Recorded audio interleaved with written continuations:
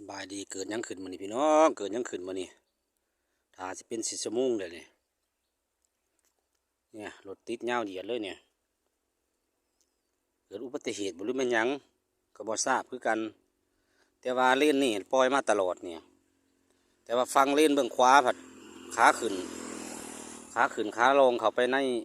เบื้องในเนาะผัดคือบ่เห็นปล่อยไปจักเทื่อแต่เลนเบื้องกำซ้ายนี่สวนมาตลอดนี่หยังจัดสรรแบบใด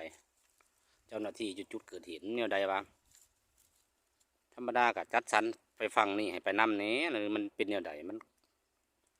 ขมั่งกระทัดรัดปานนั้นบ่ปล่อยไปบ่ได้บ่ฟังเนี่ยแต่ว่าฟังตรงขามเนี่ยเห็นมาหลายรอบแล้วมันยุติธรรมเลยในการปล่อยรถคันว่าเกิดอุบัติเหตุนะแต่ว่านักหนาสาหัสก็บ่ว่าดอกแต่ว่าฟังนี่ปล่อยมาตลอดอยู่นะเป็นจังไดฟังกำคัวคือบ่ปล่อยเนี่ยใดบ่เข้าใจคือกันหรือว่ามันติดนักสาหัสคักนี่บ่สามารถปล่อยรถฟังนั้นได้นี่ฟังนี่มาตลอดอยู่นี่แปลกอยู่แล้วมาอยู่โฮมพี่ มาอยู่โฮมพี่บ่ปล่อยรถจังไดดอกฉันเองคนน่าสิปล่อยฟังนี่ไปนำเนี่ยเกิดอุบัติเหตุมันก็น่าสิแก้ไขได้นะ